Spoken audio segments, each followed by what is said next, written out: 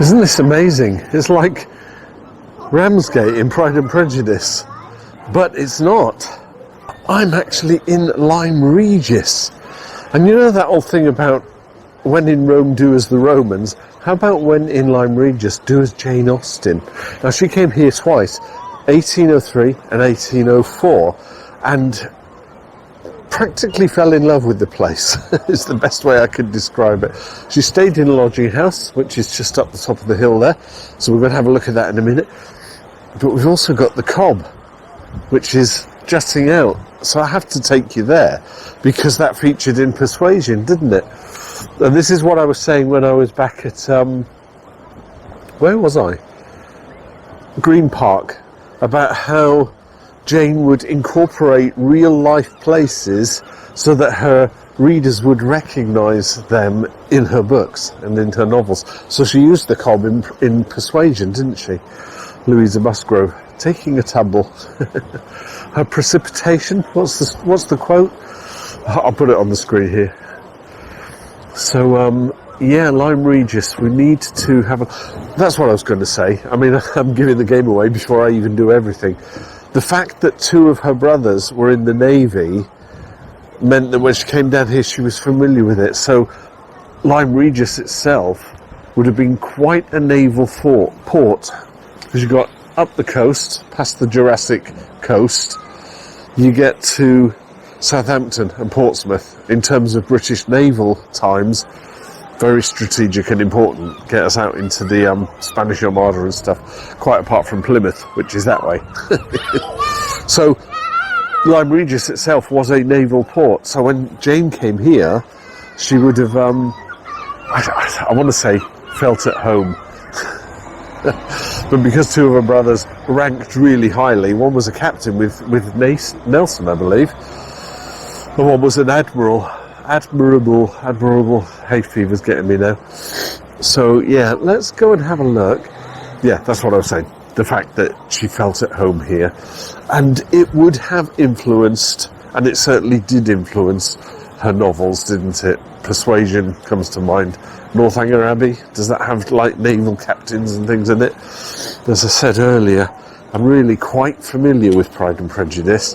I know of her other novels, and I may have seen an adaptation or two once or twice, but I've never really delved into them like I have with Pride and Prejudice, so that's something I need to rectify. Anyway, let's go up here. Not so Jane Austen related, but it does give you an idea of the size of the little seafaring town. It's got a Jubilee pavilion. This is the beach where we did our guitars on the beach back in 2015. And that was a Guinness Book of Records attempt to have as many guitarists on the beach as possible. So yeah, I'm quite familiar with this place. Anyway, we want to go up these steps because it looks like you could expect Mrs. Young and Wickham to be standing on the corner here.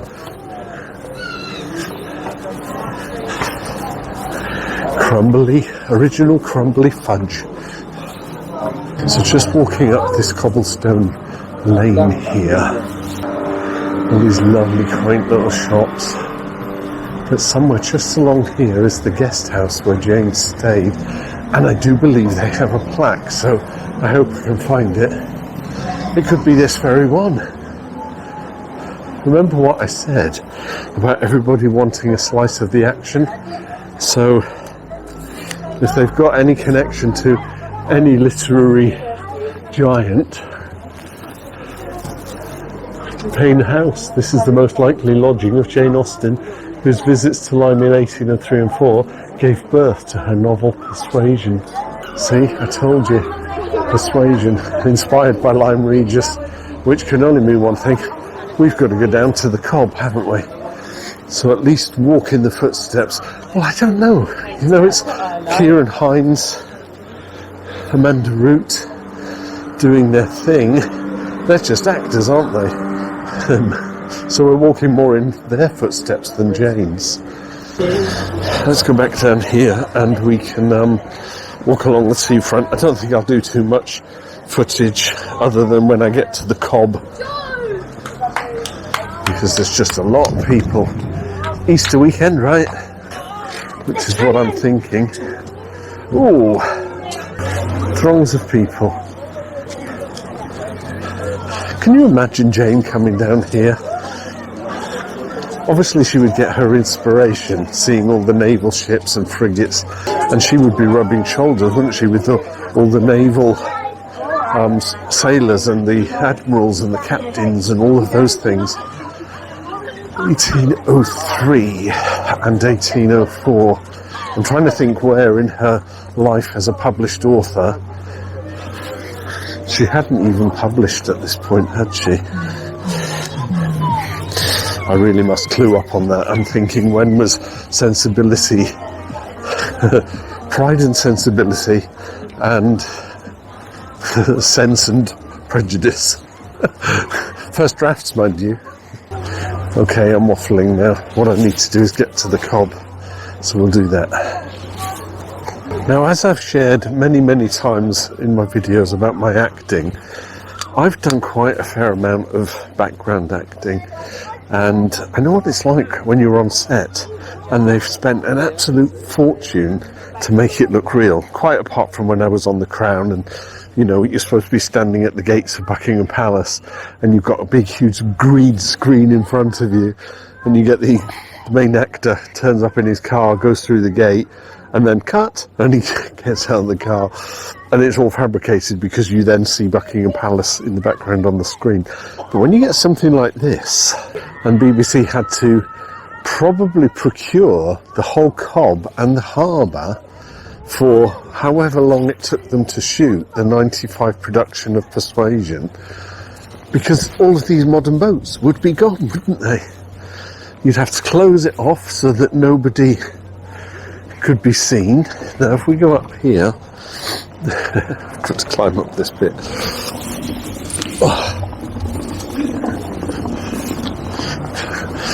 Yeah, you have to close it all off so that there's no public, and remove all things like this, because you wouldn't want modern stuff in the scene. There is a scene where they're throwing rocks, aren't they, into the sea, and that's filmed down there with the backdrop of the Cobb.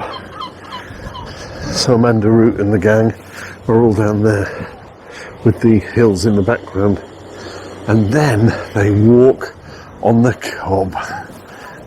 So in Persuasion, if I get my facts right, because again, as I said, I'm more into Pride and Prejudice and I've got to clue up on all these other ones, especially because you all want me to do character analysis, is the fact that sometime in the distant past,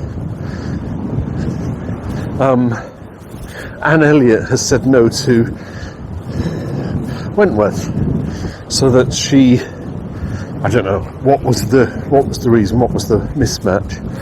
Nonetheless, he's back in her life. She's shocked that he's back in her life, and her emotions are in turmoil.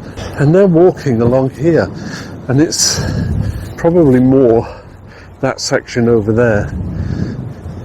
But it's the skill of Jane Austen to weave a story that tells us that the heroine is going through kind of the turmoil of seeing the person she clearly loved, regrets the fact that she let him go, and here he is walking along the Cobb with the party. It looks like Louisa Musgrove has got her eyes on Wentworth and she's flirting with him.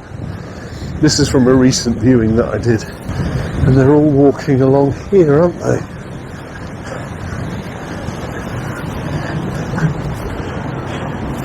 Look at that. Can you imagine the BBC production? They have to focus the camera this way so that they don't get any of this modernity in the shot. Anyway, I'm not going to take you to the end. I'm just going to point out the staircase that I suspect in the novel Jane Austen was thinking about, that Louisa Musgrove took a tumble from. And here it is. So let's go down it without taking a tumble, and we'll look at it from the top. Whoa, it's precarious, but I want to do it. I've just noticed my shoelaces just a tad undone. Not a good thing to be coming down these Can you imagine if one of these broke as I stood on it? I would take a tumble. Dink, dink, dink, dink. And we're on terra firma again. That was the scene, wasn't it? I'm not sure this white bollard was here. But there you go. She does it once. Catch me, Mr. Wentworth, Captain Wentworth. And does it again. She's on the floor. That's for all you Persuasion fans.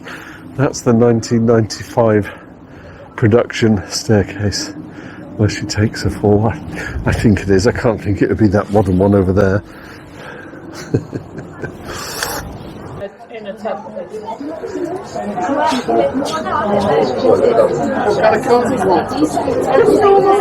Thank you. Just that one? Yep. 6:30, please. Thank you. There we go. Thank you very much. I have been warned. Be careful of the seagulls. Rum and raisin, because it's kind of like piratey, isn't it? Arr. A bottle of rum.